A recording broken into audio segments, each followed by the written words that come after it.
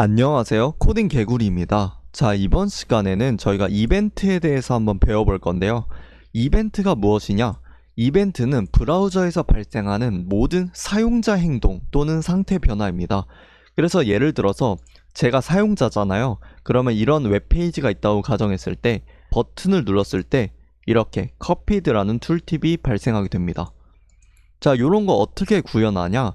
제가 만약에 버튼을 눌렀으면 이벤트가 발생합니다. 클릭 이벤트가 발생하는데요. 그러면 그 이벤트에 대해서 이 개발자가 어떤 행동을 하겠다라고 코드를 작성하면 이벤트가 발생할 때마다 그 코드를 실행함으로써 이렇게 커피드라는 툴팁이 나오게 되는 거죠. 자, 그래서 이 이벤트는 결국 이 정적인 페이지를 인터랙티브 웹으로 바꿔주는 어떤 핵심적인 개념이다 라고 보시면 되겠습니다. 이벤트의 종류에 대해서 한번 알아볼 건데요. 자, 요거 너무 많기 때문에 진짜 간단하게 훑고 넘어가도록 하겠습니다. 예를 들어서 클릭 이벤트, 진짜 간단하죠? 그냥 클릭을 했을 때 이벤트가 발생합니다. 자, 키보드 이벤트 같은 경우에는 키보드를 입력했을 때 발생하는 이벤트고요. 폼 이벤트는 저 아래에서도 할 건데 이 서밋 이벤트가 있습니다. 값 변경 이벤트는 인풋 태그 내에서 발생하는 이벤트고요. 돔 이벤트 같은 경우에는 돔 파싱이 다 끝난 다음에 이벤트가 발생합니다. 자, 그래서 자바스크립트 파일 맨 위에다가 이 덤 컨텐트 로디드 이벤트가 발생했을 때만 자바스크립트 파일을 실행하도록 보통 짤 때도 있는데 저희는 기본적으로 이 타입 모듈을 쓰고 있기 때문에 혹은 디퍼를 붙이기 때문에 요거는 제가 자주 쓰지 않아요. 자, 그리고 뷰 이벤트 같은 경우에는 이 창과 관련되어 있어요. 만약에 창의 사이즈를 바꾸면 리사이즈라는 이벤트가 발생하고 스크롤을 하면 스크롤 이벤트가 발생하고 뭐 이런 식입니다. 자, 그래서 실제로 이벤트 핸들러 등록을 해보면서 어떻게 이벤트가 발생하는지 한번 확인해 볼 건데요. 자, 기본적으로 어떤 요소를 가져와서 거기에 이렇게 메서드 형식으로 add event listener 그리고 인자에는 처음에 이벤트 타입을 문자열로 입력을 하고 그 다음에는 실행할 함수, 요게 바로 이벤트 핸들러입니다. 이벤트가 발생했을 때 어떻게 핸들, 그러니까 다뤄라 라는 뜻이겠죠. 그래서 이런 실행할 함수를 넣어주시면 됩니다. 자, 그래서 이 버튼에다가 만약에 이벤트를 단다 그러면 버튼.add event listener 그리고 클릭이라는 문자열 넣어주시고요. 두 번째 인자에는 핸들 클릭이라는 함수 이름을 넣어주시면 됩니다. 자, 그래서 저는 부트스트랩을 일단 가져올 거예요. 버튼을 꾸미기 좀 귀찮아가지고 여기 include via cdn을 통해서 그 다음에 여기 헤드 안에다 넣어줄 건데요.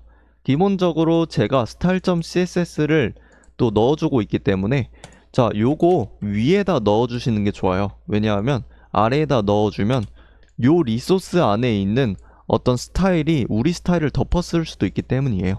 자, 아무튼 이번에도 저는 이 스크립트 태그를 활용해서 인라인 형식으로 자바스크립트 작성할 거고요. 자, 그 다음에 이 document read the docs를 들어가시면 우리가 이제 쓸 수 있는 레이아웃과 그 다음에 컴포넌트 뭐 이런 것들을 다 제공하고 있어요. 그래서 그 중에서 저는 버튼스 여기 들어가서서 버튼을 가져올 건데 요 기본적인 버튼을 가져올게요. 이렇게 복사를 해서 자, 여기 버디 태그 안에다 넣어주시면 네, 이런 식으로 버튼이 만들어지게 됩니다. 자, 기본적으로 제가 세팅을 해둔 게 이 바디의 높이를 설정을 해뒀고 그 다음에 중앙 정렬을 하고 있어요. 버튼이 중앙에 배치되도록. 그 다음에 버튼이 클릭됐을 때 조금 스케일을 조정하고 있고요. 그 다음에 이 컨테이너는 나중에 할 건데 일단 미리 만들어 뒀습니다. 자, 그래서 여기 가보시면 이렇게 버튼을 눌렀을 때 이렇게 누른 듯한 효과가 나죠. 자, 눌렀을 때 이벤트를 이제 실제로 이벤트 핸들러를 등록해 보도록 하겠습니다. 자, 그래서 이 스크립트 내부에서 작성을 해줘야 되는데 자, 여기에 id가 없기 때문에 저는 여기다가 id myButton이라고 간단하게 id를 지정하도록 하겠습니다. 자, 그래서 이 myButton이라는 버튼 요소를 가져와야 되겠죠. 자, 요거 지난 시간에 배웠는데 document get element by id 그리고 myButton. 자, 요거 같은 경우에는 또 변수에 넣어주도록 할게요. 이런 식으로 넣어주시면 됩니다. 자, 그리고 myButton에다가 add event listener 하고 그 다음에 클릭 자, 그리고 여기에선 기본적으로 이렇게 화살표 함수를 많이 활용합니다. 왜냐하면 보통 여기에 들어가는 함수는 이벤트가 발생했을 때만 호출되는 함수가 대부분이라서 만약에 여기 말고도 다른 곳에서도 함수를 쓰겠다. 그러면 따로 함수를 아래에다 뭐 만들어 두고 그 다음에 여기에다가 이렇게 함수 이름을 넣어 주셔도 됩니다. 자, 그런데 저는 그냥 화살표 함수를 쓸 거예요. 이런 식으로 쓸 거고, 자, 여기다가 저는 간단하게 컨솔 로그로 이벤트 발생, 네, 이런 식으로 한번 해보도록 할게요. 자, 그러면 버튼을 눌렀을 때 이벤트 발생이라고 잘 들어오고 있습니다. 자, 그래서 이런 식으로 요소의 프로퍼티로, 정확히 말하면 메서드로 이벤트를 등록하는 그런 방법이 보통 이제 우리가 쓸 방법인데요. 이외에도 이벤트 핸들러 어트리뷰트 방식과 이벤트 핸들러 프로퍼티 방식이 있습니다. 자, 이벤트 핸들러 어트리뷰트 방식 같은 경우에는 이 버튼 여기에다가 인라인 형식으로 그냥 바로 이렇게 언클릭으로 작성해 주시는 거예요. 자, 근데 이 방법이 조금 안 좋은 이유가 뭐냐? 지금은 이렇게 한 파일 내에서 작성하고 있지만 기본적으로 우리가 이런 식으로 스크립트 태그를 HTML 파일 내부에서 작성하는 걸 지향하는 이유가 뭐였죠? 가장 큰 이유 중 하나는 역할 분리가 잘 되지 않기 때문이에요. 자, 버튼 태그 내부에 이 자바스크립트를 작성하는 것 자체가 어쨌든 이 역할 분리가 잘 안 되고 있기 때문에 가독성도 떨어질 뿐더러 유지보수적으로도 좋지 않기 때문에 지양해야 된다. 자, 그런데 이 방식은 리액트에서 많이 사용됩니다. 기본적으로 리액트는 HTML 문법과 자바스크립트를 한 번에 사용하는 그런 문법을 활용하고 있어요. 자, 아무튼 우리가 바닐라 자바스크립트에서는 이런 식으로 잘 안 쓴다. 이벤트 핸들러 프로퍼티 방식 같은 경우에는 얘는 이렇게 자바스크립트 파일에서 사용할 수 있는데, 예를 들어서 my 버튼 이렇게 하고 언클릭 하고 이렇게 화살표 함수로 컨솔 로그, 저는 여기서 프로퍼티 방식 이런 식으로 사용하도록 하겠습니다. 자, 프로퍼티 방식 같은 경우에는 만약에 버튼 눌렀을 때 내 프로퍼티 방식 잘 들어오고 있는데요. 근데 이 프로퍼티 방식에서도 문제가 있습니다. 어떤 문제가 있냐? 자, 만약에 add event listener 같은 경우에는 하나의 이벤트에 여러 가지 어떤 함수를 달고 싶으면, 예를 들어서 이벤트 발생 2 이렇게 하면 버튼을 눌렀을 때 이벤트가 둘 다 발생하게 됩니다. 자, 그런데 이런 프로퍼티 방식 같은 경우에는 만약에 제가 요 아래에다가 프로퍼티 방식 2라고 작성하고 한번 버튼을 눌러보면 프로퍼티 방식 1은 나오지 않아요. 그렇기 때문에 하나의 이벤트에 여러 가지 함수를 달 수 없다. 왜냐하면 덮어 써지기 때문이에요. 그래서 우리는 이벤트 핸들러 등록을 할 때 add event listener 방식을 선택할 겁니다. 자, 그 다음에는 이벤트 객체예요. 이벤트 객체가 뭐냐? 이 브라우저가 이벤트 관련 다양한 정보를 담은 객체를 자동으로 우리가 등록하는 핸들러의 첫 번째 인수에 넣어줍니다. 그래서 만약에 그 이벤트를 받고 싶다. 그러면 여기에다가 인수를 작성해 주시고 이렇게 2라고 작성할게요. 이 이벤트를 활용해서 여러 가지 정보를 얻을 수 있어요. 예를 들어서 제가 컨솔 로그 2라고 할게요. 자, 그러면 버튼을 눌렀을 때 이렇게 포인터 이벤트 해가지고 이렇게 다양한 값들을 우리한테 제공을 해줍니다. 자, 그래서 이런 것들을 다 활용할 수 있는 거예요. 자, 그런데 이 이름은 제가 마음대로 지정할 수 있어요. 대신 내가 지정한 이벤트 이름으로 이렇게 객체를 써야 된다. 자, 그리고 공통 프로퍼티가 있는데 실제로 좀 많이 쓰는 그런 프로퍼티를 제가 가져와 봤어요. 자, 그래서 타겟 같은 경우에는 실제로 이벤트가 발생한 요소입니다. 그래서 제가 event.target이라고 한번 써볼게요. 자, 그래서 클릭을 했을 때 실제로 이 버튼 요소가 들어오게 되죠. 자, 그리고 이벤트의 current target 요것도 한번 볼게요. current target 이렇게 볼 건데 클릭을 했을 때 똑같이 버튼 요소가 들어오게 됩니다. 자, 그러면 이 타겟과 current target의 차이가 뭐냐? 자, 제가 만약에 이 버튼 내부에 스팬 태그로 좀 감싸 줄게요. 그래서 이렇게 해가지고 스팬 태그 안에 넣어주고 그 다음에 한번 해보도록 할게요. 자, 만약에 지금 버튼을 눌렀을 때 네, 그대로 버튼 요소가 들어오게 돼요. 그런데 만약에 제가 커런트 타겟 대신에 그냥 타겟을 한번 써볼게요. 자, 그리고 버튼을 누르면 네, 이번에는 버튼 요소가 아니라 스팸 태그가 들어오게 돼요. 자, 그래서 이게 무슨 말이냐? 타겟 같은 경우에는 제가 클릭한 실제 대상이 들어오게 됩니다. 그런데 커런트 타겟 같은 경우는 제가 이벤트를 달아준 요 요소가 들어오게 돼요. 자, 그래서 실제로 제가 타겟을 컨솔 로그에 찍고 있죠. 자, 그래서 만약에 제가 이 스팸 태그 말고 요 끝에 그냥 진짜 버튼만 눌러볼게요. 이런 식으로. 자, 그러면 이제 스팸 태그가 아니라 이 버튼이 들어오게 돼요. 그리고 만약에 실제로 스팸 태그를 누르면 스팸 태그가 들어오고. 자, 그러면 요 개념이 어디서 활용되냐? 만약에 여기에 아이콘이 있다고 가정을 한번 해볼게요. 아이콘이 있다고 가정.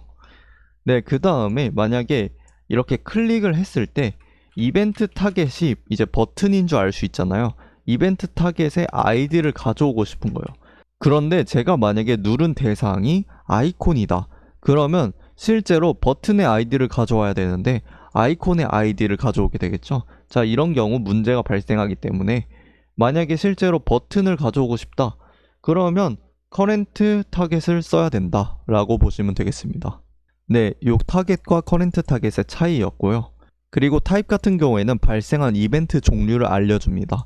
자, 그래서 예를 들어서 제가 console log 이벤트 타입 네, 이렇게 하면 클릭했을 때 클릭이라고 이벤트가 문자열로 네, 화면에 나오게 됩니다. 자, 그 다음에 이 prevent default라는 함수를 또 제공을 해줍니다. 그래서 어떻게 쓰냐? 뭐 이.prevent 이거 아니죠? event.prevent default 여기 이런 거 함수로 이렇게 호출을 해줄 수 있어요. 자, 근데 이게 브라우저 기본 동작 맡기거든요. 자, 브라우저의 기본 동작들이 있어요. 예를 들어서 폼 태그 같은 경우에는 만약에 제출을 했을 때 어떤 특정 주소로 이동하게 됩니다. A 태그 같은 경우에도 마찬가지고요. 체크박스나 드래그 같은 경우에도 기본 동작들이 있습니다. 그래서 그런 동작들이 필요 없다 싶으면 이런 식으로 prevent default를 호출해 주시면 되고요. 자, 그 다음에 이 stop propagation 같은 경우에는 이벤트 전파를 차단합니다. 자, 아까 제가 간단하게 아까 current 타겟 설명하면서 여기에다가 스팸 태그를 한번 작성했잖아요. 자, 요거를 제가 스팸 태그라고 하고 이렇게 하고 자, 아이디를 제가 간단하게 child라고 줄게요. 왜냐하면 결국 이 버튼 태그의 자식이기 때문이죠. 자, 요것도 그래서 요소를 가져와서 child라고 할게요. document에 그래서 child 하고 child에다가 이벤트 달아줄게요. 클릭하고 콘솔 로그로 child 클릭 이렇게 할게요. 자, 그러면 만약에 제가 가운데를 이렇게 스팸 태그를 클릭하면 네, child 클릭과 함께 클릭이 발생하게 되죠. 자, 요 클릭은 버튼에서 발생한 거고 요거는 이 자식에서 발생한 겁니다. 자, 그래서 여기서 알 수 있는 게 기본적으로 이벤트는 전파돼요. 만약에 자식의 이벤트가 발생하면 부모에도 이벤트가 발생하게 되는 거죠. 자, 그런데 이런 버블링을 차단하는 방법이 바로 이 stop propagation입니다. 자, 그래서 여기에서 객체 가져와 주시고 이런 식으로 호출을 해주시면 이번에는 클릭을 했을 때 child 클릭트만 호출이 되게 돼요. 그리고 만약에 요 바깥에 클릭하면 네, 그냥 클릭. 자, 그래서 이런 이벤트 전파도 차단할 수 있다 라는 것을 말씀드렸습니다. 자, 그 다음에 저는 이 엔터로 입력값을 제출하는 예제를 한번 살펴볼 건데요. 제가 이렇게 세팅을 다 해놨어요. 컨테이너라는 이제 div 만들고 그 내부에 input과 버튼이 있습니다. 그리고 id는 myInput과 myButton. 실제로 제가 요소들을 이런 식으로 가져오고 있고요. 네, 화면상으로는 이런 식으로 보입니다. 자, 그래서 먼저 myButton의 이벤트 핸들러부터 한번 작성해 보도록 할 건데 저는 요 요소를 가져와서 요 value라는 게 있어요. 그래서 콘솔 로그로 이 인풋의 value가 뭔지 한번 확인해 보도록 하겠습니다.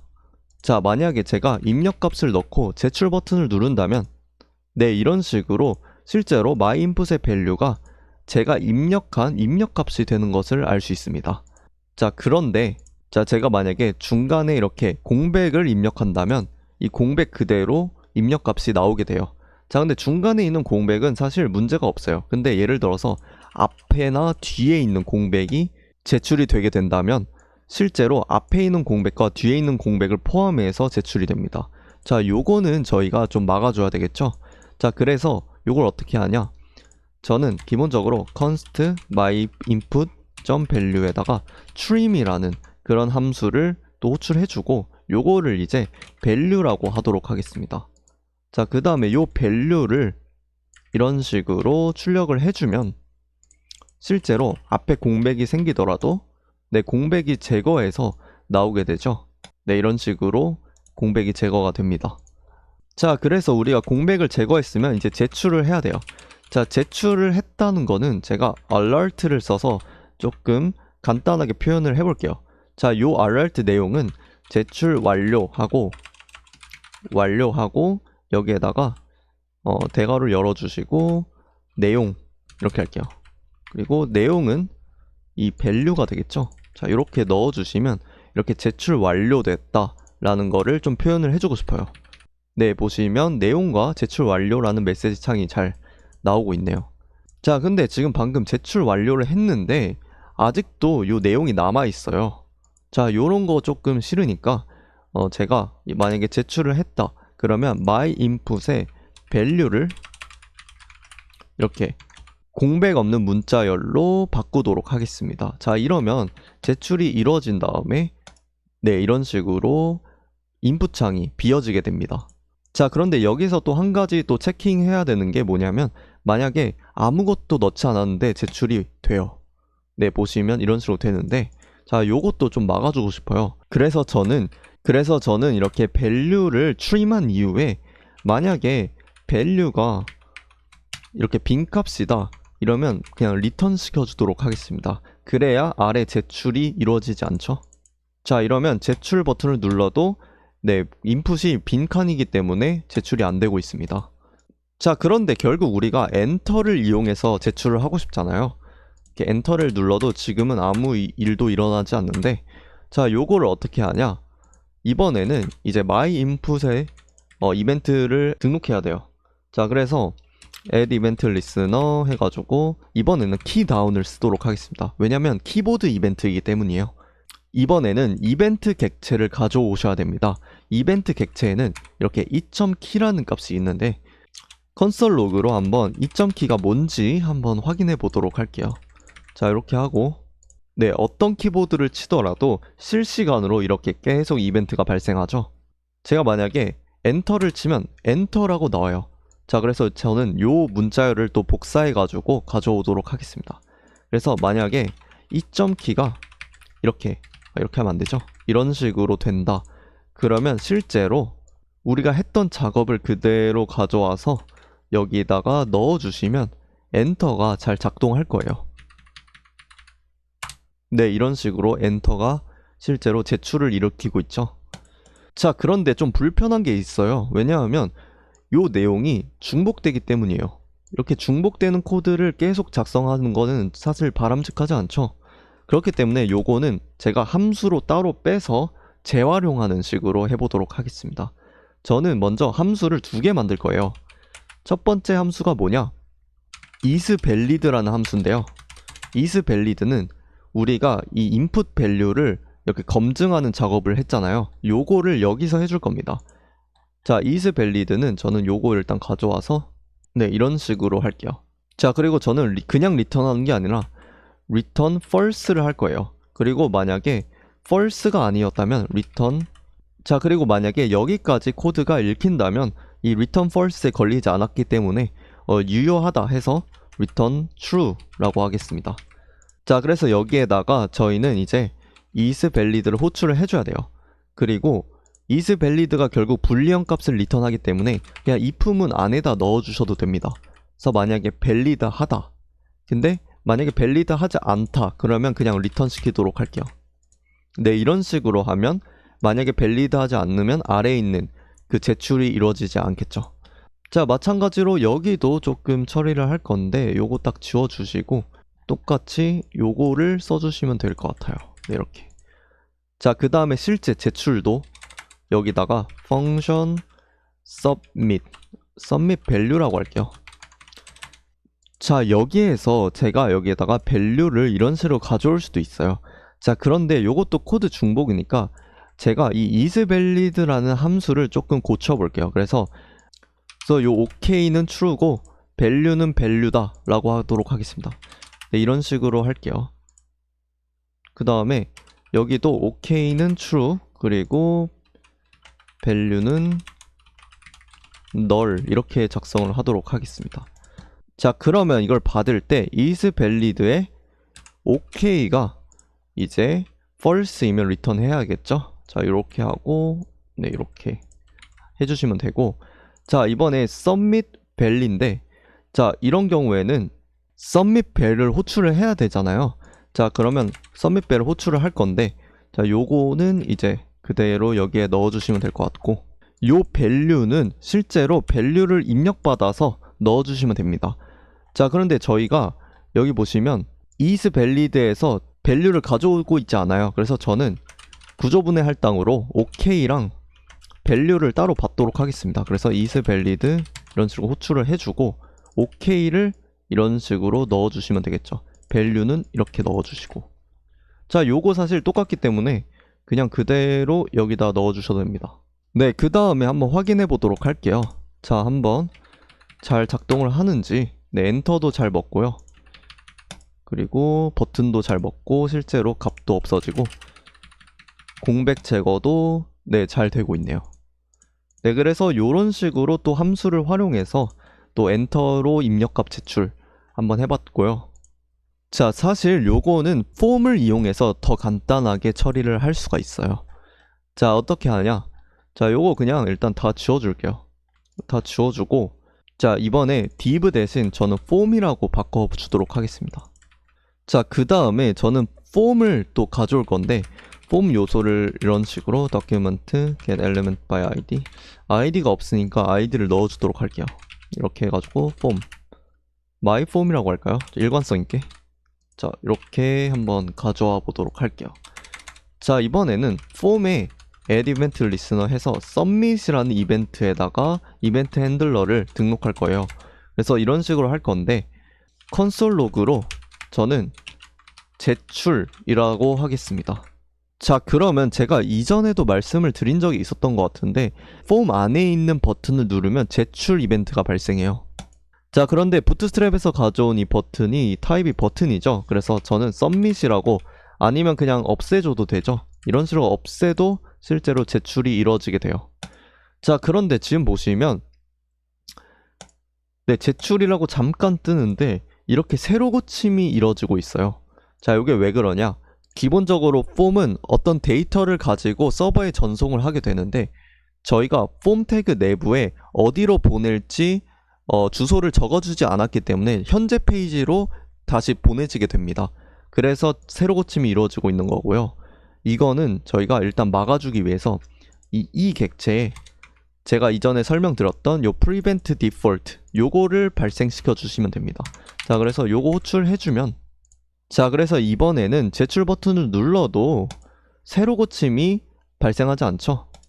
자, 그 다음에 이 입력값을 처리하는 거는 제가 아까 했으니까 일단 스킵하도록 하고, 이제 alert만 간단하게 띄워볼게요. 제출 완료.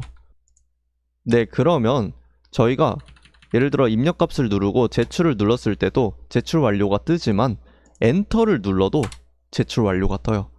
그래서 폼을 활용하면 아까처럼 좀 귀찮게 키 다운 이벤트로 등록해가지고 엔터 처리를 하지 않고 알아서 자동으로 해주니까 좀 편리할 수 있다 라는 것을 또 알려드렸습니다.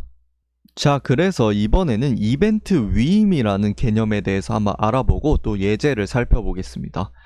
자, 일단 버튼 이런 식으로 있죠. 자, 저는 요 id를 조금 없애고 그 다음에 버튼이 예를 들어서 이렇게 5개 있다고 가정을 해볼게요. 자, 그리고 1, 2, 3, 4, 5 이렇게 할게요. 자, 만약에 이 버튼들을 클릭했을 때 그 버튼에 요 텍스트 컨텐트를 컨솔 로그에 찍는 그런 식으로 이벤트를 달아볼 건데, 그러려면 이벤트를 5개 달아야 돼요. 자, 그래서 먼저 첫 번째 방법으로는 예를 들어서 제가 id를 각각 주는 거예요. 그래서 1 이러고 요 아래에는 2 뭐 이런 식으로 하겠죠. 그리고 const button 1 한 다음에 document get element by id 1 이런 식으로 하고 또 막 5개 다 달아야 돼요. 자, 요 방식 아무리 봐도 좋은 방식은 아닌 것 같아요. 만약에 버튼이 100개라고 가정을 한다면 요거 100줄 써야 되는데 요거 말이 안 되죠. 자, 그래서 이렇게 안 할 거고요. id도 다 빼줄게요. 자, 그 다음에 할 수 있는 방법이 이 document의 query selector all 요거를 쓰는 건데요. 요걸로 이제 클래스가 버튼이니까 이런 식으로 가져오고 요거는 이제 buttons라고 할게요. 그 다음에 buttons에 for each 요거 할 수 있었죠. 그 다음에 이렇게 해가지고 버튼 가져온 다음에 각각의 버튼에 대해서 버튼 요소에 대해서 add event listener 해가지고 클릭하고 이 가져와서 객체에서 current target의 텍스트 컨텐트를 이제 출력을 해줄 거예요. 그래서 console log 2.current target에 이런 식으로 네, 출력을 해주시면 자, 여기 보시면 잘 나오고 있죠? 자, 그런데 이런 식으로 버튼 개수마다 이벤트를 달아주는 방식은 요소가 만약에 많아지면 성능이 안 좋아질 뿐더러 동적으로 추가된 요소는 이벤트를 먹지 않습니다. 왜냐면 이벤트를 달아주지 않았으니까요. 자, 그래서 이벤트 위임을 사용하면 이 모든 단점들을 다 커버할 수 있습니다. 자, 어떻게 하냐?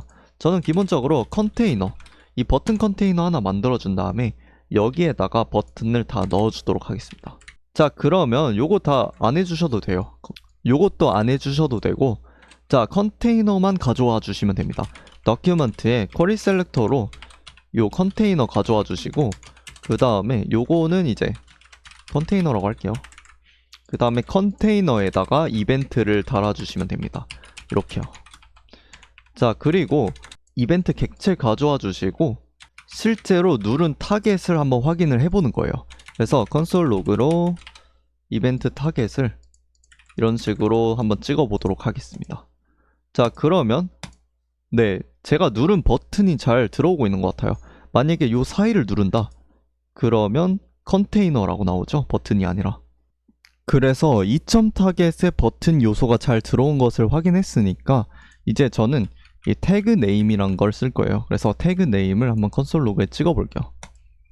자, 지금 보시면 누른 대상의 태그가 이렇게 대문자로 반환되고 있어요.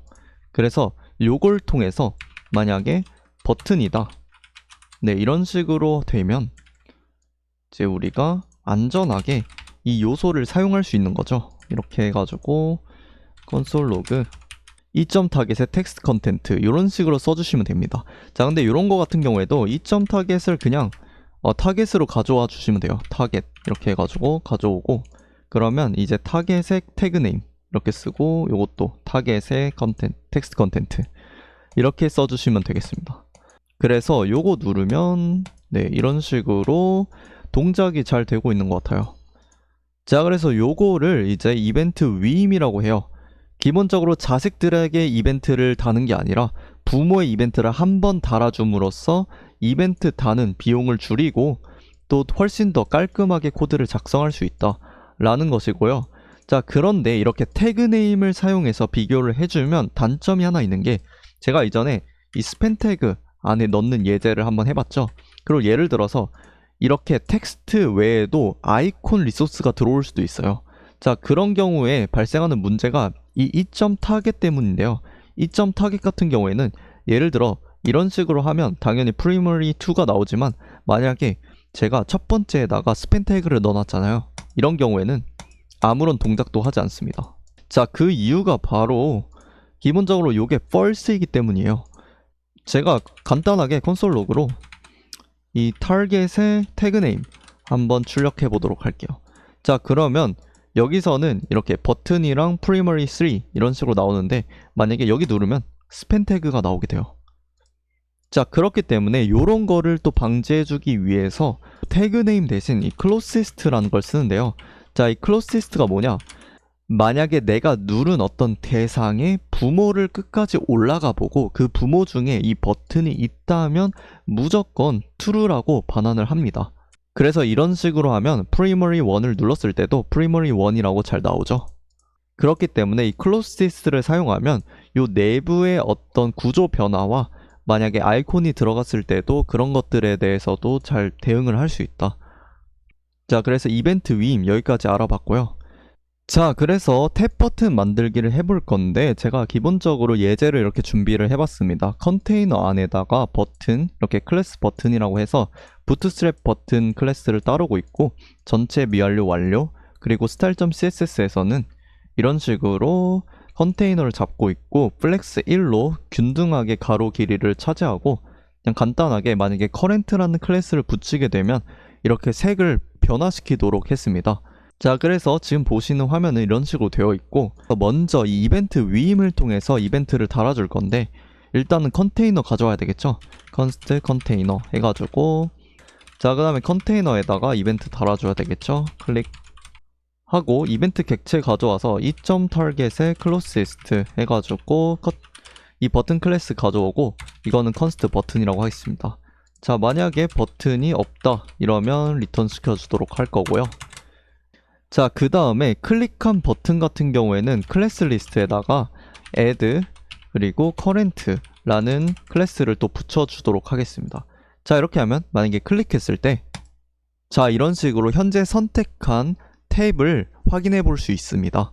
자, 그런데 지금 문제가 뭐냐면 만약에 여러 가지 탭을 누르면 기존의 탭들도 스타일을 유지하고 있어요. 자, 그래서 그걸 해결하기 위해서 let current라고 하고 그 다음에 여기서 널로 일단 잡아둘게요.